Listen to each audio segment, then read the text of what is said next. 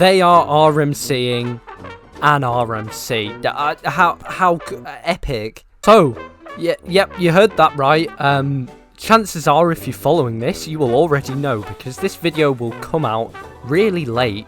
But I just wanted to talk about a couple of pieces of news, which again aren't going to be news, because this will probably be released very late.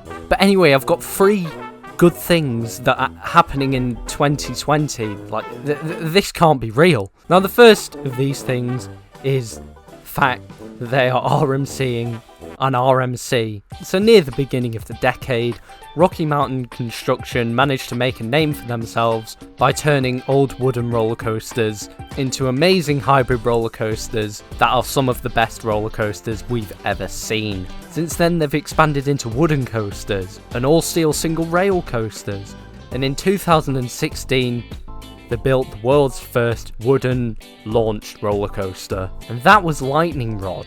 Now, enthusiasts love this roller coaster, and they also hate it, because Lightning Rod is infamous for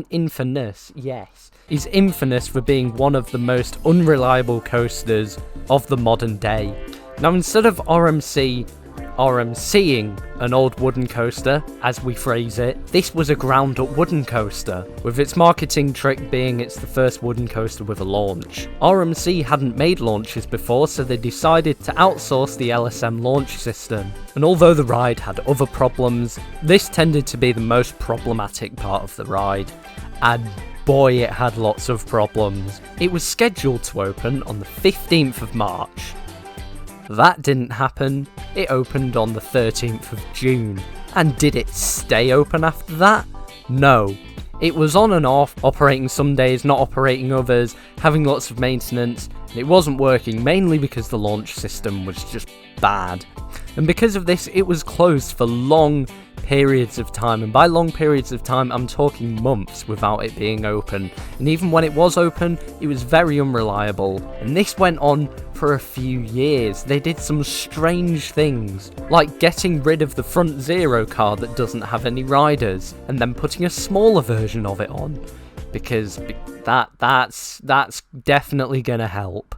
Now, around kind of last year, they started to get it right, but it did involve slowing the launch down, and this made a lot of whiny enthusiasts take to their keyboards. So since around about that time, it's been open fairly consistently, and I say fairly because I'm just talking relative to what it was like before, but it did involve slowing that launch down.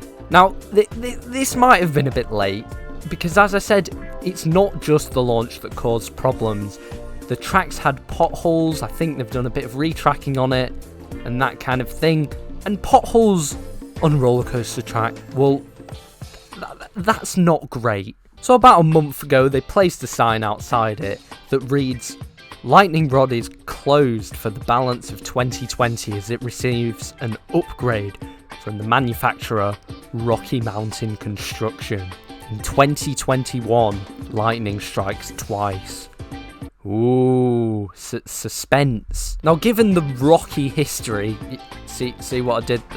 That wasn't funny. We would be fairly safe to assume that this is going to be something to improve the reliability of the ride. And now we've got the first big clue to what's going to happen, because RMC's iBox track has been spotted on site. Hang on a minute. Oh my god, it's not real. It's not real.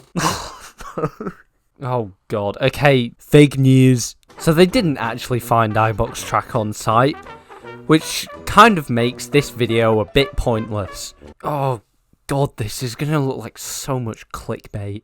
Anyway, I'm gonna have to continue the video anyway, because I've already spent about 3 hours on this, so I can't be bothered putting all this effort into something and then not doing anything else. So listen to the rest of this video, bearing in mind that they haven't actually found iBox track on site at the moment.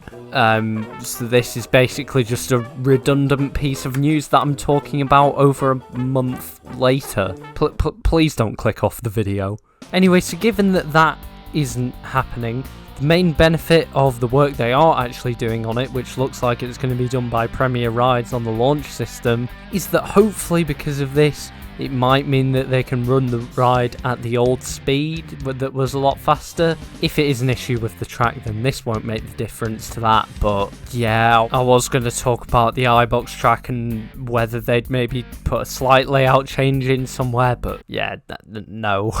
Anyway, from a roller coaster we don't know much about what's happening to one that we do know quite a lot about what's happening to. And what we do know is that it's going to open... Why did I say that? So, over at Universal Islands of Adventure, they are building a new Intamin multi-launch roller coaster called Velocicoaster. Cringe name. Come on, like, cringe, bro. But this ride looks amazing, and it has been testing. Now, this is exciting because it means I get to talk about it testing. So thanks to the legend that is Amusement Insider, we've got footage of this.